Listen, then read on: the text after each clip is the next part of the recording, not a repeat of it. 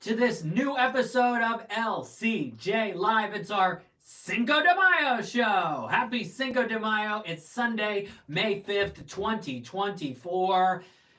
Ooh, a movie called The Fall Guy gets the summer movie season off to a rough start. Just $28.5 million. What happened?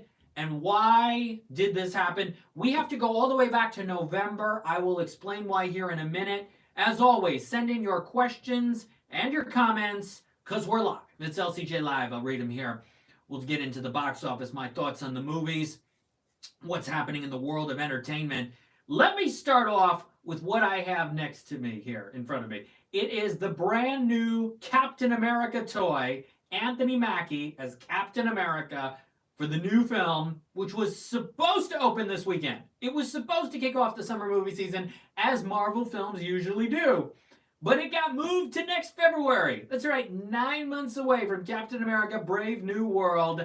And yet, because of the timing of it all, and the agreements with studios and everything relating to that, the McDonald's toy is still out. All the toys for Captain America Brave New World, including this one, which I picked up. One of the toys is a major character spoiler, which is crazy, but I got Captain America, so he is here with me to kick off this summer movie season that will not include that Captain America film, but it will, of course, include a Marvel Cinematic Universe movie later on in the summer, Deadpool and Wolverine, which will probably be the biggest movie of the summer. It'll probably gross $1 billion, and we will wait another 9 months at least for Captain America to finally arrive. Mike Sargent and I previewed the summer movie season. We also reviewed the new Jerry Seinfeld Pop-Tart movie, Unfrosted. It's terrible. On a new episode of the Too Fast, Two Films podcast, which will be available soon at toofast2films.com. So here we go. The Fall Guy wins the weekend. We all knew it was going to win the weekend, but only $28.5 million. Now, let me say this. When I saw Emily and Ryan at the Oscars, watching the show, and the buzz was growing, I thought this could do $60-70 million opening weekend. Here are the two big supporting breakout stars of Barbenheimer. Ryan Gosling in Barbie, Emily Blunt in Oppenheimer. They both score Oscar nominations in two of the biggest movies of last year. The big theatrical event of last year, with movies that opened to $155 and $80 million, $235 million combined. And yet this weekend, them together in The Fall Guy only does 28.5. What happened? Well, you have to look at a couple things. One of them being that this was not supposed to be a summer movie. No. This was supposed to be a movie that came out March 1st. But because of Deadpool and Wolverine delaying its release date because of the strikes from this very weekend to July 26th, that caused a big gap in the summer movie season this weekend to open up, and the studios had to decide whether they wanted to get involved in the start of the summer movie season. Back on November 9th, I think, I put out a poll on Twitter X at LCJ Reviews saying, okay, which movie is now going to take that May 3rd spot and kick off the summer movie season? Is it Kung Fu Panda 4, which got 17% of the votes? Ghostbusters Frozen Empire, which got 19% of the votes? Furiosa, a Mad Max saga, which got 25% of the votes? Or the winner of the poll, Godzilla x Kong The New Empire, with 39%. None of those movies moved into the spot. Of course, it ended up being The Fall Guy. Now, I didn't put Dune Part 2 in there because I didn't think Dune Part 2 was going to move to start off the summer movie season. I think Warner wanted to get that out as quickly as they possibly could. So what ended up happening was Universal decides we're going to take The Fall Guy, which was supposed to open March 1, and we're going to move it to May 3, which is what happened here. Universal originally had The Fall Guy for March 1 and then Kung Fu Panda 4 for March 8. I always thought back-to-back with two big movies like that from the same studio was a little clashy in terms of Universal's marketing attention. So at the time, I thought they made a good decision to give Kung Fu Panda some more love in the marketing, and then you got Fall Guy in May. Of course, Universal also released Abigail and Monkey Man in between Panda and Fall Guy. Did it turn out to be a great decision? As it turns out, not. But Here's then what happened after that. Dune Part 2, which was supposed to come out March 15. Warner Brothers decided just a few days later, we're going to move it up to March 1 to kick off Mega Movie March 2. Because we had Mega Movie March last year, and this year was the sequel without question. You had Dune, you had Kung Fu Panda, in between Arthur the King and a few smaller films, then Ghostbusters, and then Godzilla X Kong. Jam-packed Mega Movie March. Godzilla was even supposed to open April 12, which ended up being the Civil War weekend. They moved up. Ghostbusters moved up. It created Mega Movie March, which then went into April because all those movies were still doing well into April, of course, still making money this weekend. And then you got Fall Guy here kicking off the summer season. So in the end, this was not supposed to be a summer movie. This was supposed to be a spring movie to kick off the short 2-month spring movie season. If this had opened at 28.5 March 1, would we be calling it as much of a disappointment? I'm not sure. I also think there is the possibility that it would have made more money if it had moved to maybe, I don't know, March 15 and then Dune would have still been March 1. It would have been a lot. But here's the thing. The Oscars was March 10. There were Ryan and Emily up on that stage, and then Ryan doing that Barbie song, I'm Just Ken, and he had all that promotion. Of course, in March, the film also debuted at South by Southwest, where it got a lot of positive attention. I don't know why, except for the fact that, sometimes critics, when you're in a setting like that, you have to like the movie, you want to laugh at every moment. It's not a good film. I saw The Fall Guy the other day. It is flat. It is dull. I'm very surprised at how just kind of meh and blah it is. And for the first 20 minutes or so, I was kind of going, all right, maybe this isn't designed to be as much of a comedy as the trailers and the marketing lead you to believe. And if it had been a drama, and here's Gosling, he has this accident, he's still trying to win Emily back. If this was a drama, maybe it would have worked better. And for the first 20 minutes or so, I thought, okay, maybe we're actually going in more of a dramatic direction, and I'm maybe going to see if this works. And then it gets really silly, really goofy, really overly complex, overly complicated. The scheme that Gosling's character gets caught up in. There's like 4 or 5 different moments when you think this movie's going to end, and then it never does, and then it thankfully finally does.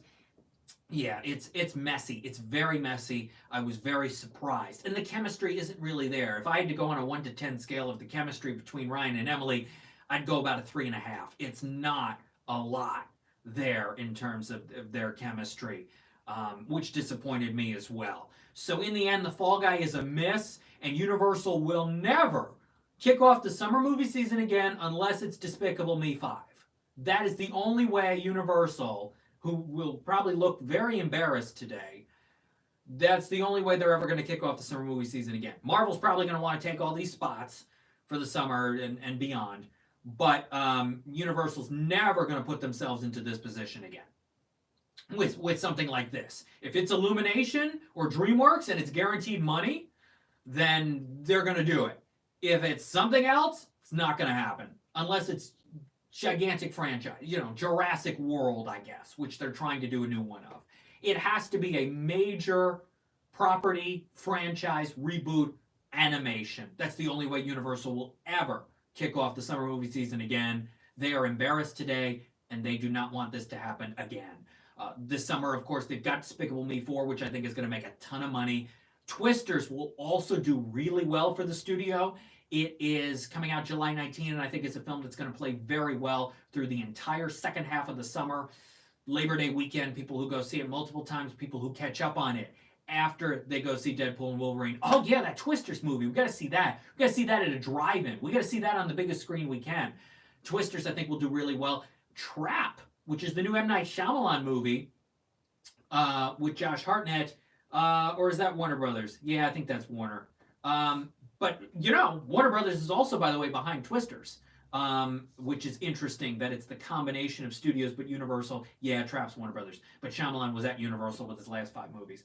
Warner Brothers is a co-distributor of Twisters with Universal, but Universal has the main force of the marketing behind it. Speaking of Trap, though, I do want to mention Trap and Furiosa ended up being the final 2 movies in my summer 2024 movie poll tournament. which, we narrowed down what your most anticipated film is for the summer. Those were the final two. Furiosa ended up being number one, and you have these two Warner Brothers films in the final face-off. And I think Furiosa, 3 weeks away, Memorial Day weekend, Furiosa. Garfield has already opened overseas, has already made $22 million overseas, according to something I just read. I have to look at the numbers officially. But apparently it's already made $22 million overseas. So Garfield's going to make a ton of money. Furiosa's going to make a ton of money. It is going to be a gigantic, maybe not Barbenheimer level, but I think the sequel is here. Furiosa, Memorial Day weekend. Theaters are going to do fine. Theaters are also going to do fine with Kingdom of the Planet of the Apes next weekend. You look at these past 4 Planet of the Apes films. I go back to 2001. Tim Burton, $68.5 million open. It totaled $180. 10 years later, Rise of the Planet of the Apes, the reboot, opened to $54.8 million. Totaled $176.8. Just below what the other Planet of the Apes did. 2014, Dawn of the Planet of the Apes, huge open, $72.6 million. Totaled, franchise high of these last 4, $208.6. War for the Planet of the Apes, the finale of the Andy Serkis trilogy, which I liked Rise. I think Dawn is the best. War was good, not spectacular. War only opened to $56.2 million. That was a $16 million decrease. Total, just $146.9, a major drop from that $208.6. I think people maybe already sort of knew this was going to be the last one, and so maybe they didn't want to see it right away. A little of that going on. Summer 2017, you had a lot of competition. Dunkirk was out. The Emoji Movie was out. Some other movies. Spider-Man, of course, and some other films. Animation as well. Despicable Me 3. So the franchise took a hit last time, but I think this one, Kingdom, I think people are ready for a new Planet of the Apes. I'm ready for a new Planet of the Apes. I think it's going to hopefully be a very good film. And this has to do double of what Fall Guy did this weekend. It's got to open to at least $55, $60 million. Anything under 50 is going to be considered a disappointment for 20th Century, who desperately needs a hit. They haven't had a bona fide hit since Avatar: The Way of Water a year and a half ago. So this is a much-needed hit for 20th Century division of Disney, and I think it will, if that number is at least a 5, it's going to allow people to say, okay, summer movie season is here. It's finally here. Let's go. Let's go with the blockbusters. Because Fall Guy didn't give us that blockbuster factor. If you're a fan of David Leitch's films, the director of The Fall Guy, you know that he also directed Bullet Train, which came out in August of 2022. Opened to $30 million, totaled $103, so it had some good legs. And one of the factors of that was because of the 5th weekend of its release was Labor Day weekend, National Cinema Day. It made more money than the previous weekend, and a good amount of money, so that allowed it to get to that $103 million, even off a $30 million open. Is the Fall Guy going to have that? Well, you got Memorial Day weekend in a few weekends, but like I just said, Garfield and Furiosa, along with week 2 of If and week 3 of Apes, are going to dominate theaters. I think Fall Guy could drop to $12 million next weekend, 6 the following, 3 the weekend after that, and may not get a total at the box office domestically of more than $80 million. It could get more than that, but I'm feeling like it could be only $80 million. The word of mouth is okay, not great on the Fall Guy so far. That's where I'm thinking it's going to be. I want to run through the rest of the box office quickly on this episode of LCJ Live. Number 2, Star Wars Episode 1, The Phantom Menace, the re-release for the 25th anniversary, and May the 4th be with you, which was yesterday. It made $4.6 million yesterday. Wow. For a weekend total of $8.1 million to come in second for the weekend. That was a smart move by Disney. Number 3 is Challengers, which dropped about 50%, $7.6 million. It's at $29.5. Number 4 is the horror film Tarot. Too many horror movies are out in theaters right now. This only did $6.5 million. I think Lionsgate should be concerned about The Strangers Chapter 1 making money. It opens in 2 weeks. I think it's going to make very little. This was a Sony film, Tarot. Number 5, Godzilla x Kong, which added 4.5. It's at 188.1. It will try to get to $200 million for Warner Brothers, but I think it'll fall a little short. Number 5, I said that. That's number 5. Number 6 is Civil War, which added $3.6 million. It's at 62 for A24. Second biggest movie, needs $15.5 million to beat Everything Everywhere All at Once. That's not going to happen, but it is still the second biggest movie ever for A24. Number 7 is Unsung Hero, which was the number 2 movie last weekend. Big drop from 7.8 down to $3 million this weekend. It's at 13.1 for Lionsgate. Number 8, Kung Fu Panda 4, added $2.4 million. It's at 188.3. It has hit $520 million around the world, which is huge for DreamWorks and Universal. It won't get to $200 million, but it is the highest grossing DreamWorks animated movie since 2012's Madagascar 3, Europe's Most Wanted. Huge accomplishment. Number 9 is Abigail, the horror movie from Universal, added $2.3 million. It's at 22.8. And rounding out your top 10 this weekend is Ghostbusters Frozen Empire, which added $1.8 million. It's at 109.9. Not that far off from the 129 of the last one. $20 million decrease. It'll end up with about a $17-18 million decrease-ish. Is that good enough for another one? I think Sony will strongly consider whether they want to do another one. Maybe it will happen. Dune Part 2 out of the top 10. Ministry of Ungentlemanly Warfare out of the top 10. It added 1.6. It's 18.4. Dune is at $281 million. Don't have the money yet on Mars Express or Jean du Barry. 2 good films that are in theaters now.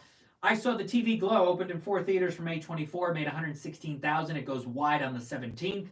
And the animated film Dragon Keeper opened in a few hundred theaters nationwide, made $429,000 for Viva Kids. Opening this week alongside Kingdom of the Apes is Pool Man, the new film from Chris Pine. I'll hopefully check it out this week. The series finale of Bob Hart's Abishola on CBS is tomorrow night at 8:30, and the show just announced it's going into syndication, which is very good for the cast and crew of that show. The Young Sheldon finale is Thursday, May 16 on CBS. And I watched The Idea of You. That's on Prime Video. A film that I like the tone of and the pacing of, but it's got a lot of story problems in the second half. Anne Hathaway in it. She's good. Not my favorite Anne Hathaway performance, but not an embarrassing Anne Hathaway performance. The film is okay. I wanted to like it a lot more. I stuck with it. It's passable, but it's not amazing, and it gets over the top and wacky with its story choices, especially the ending. Not a fan of the ending. When we're back here next Sunday at 12 p.m. Eastern for LCJ Live, it'll be our Mother's Day show, and we'll see how Kingdom of the Planet of the Apes does at the box office. We will preview how If will do, the John Krasinski family film, as well as Back to Black, the Amy Winehouse drama, and the nationwide releases of The Strangers Chapter 1 and I Saw the TV Glow's expansion. As always, go to Twitter X at LCJ Reviews, Instagram at LightsCamJackson. The website is lights-camera-jackson.com. Subscribe to this YouTube channel, youtube.com/lightscamerajackson. And more animationscoop.com Q&As and LCJ Q&A podcast episodes are on the way. Thank you so much for watching today's episode of LCJ Live. Have a good Sunday. Have a good week. And fingers crossed that Planet of the Apes is really good. I'll see you next time. Bye-bye.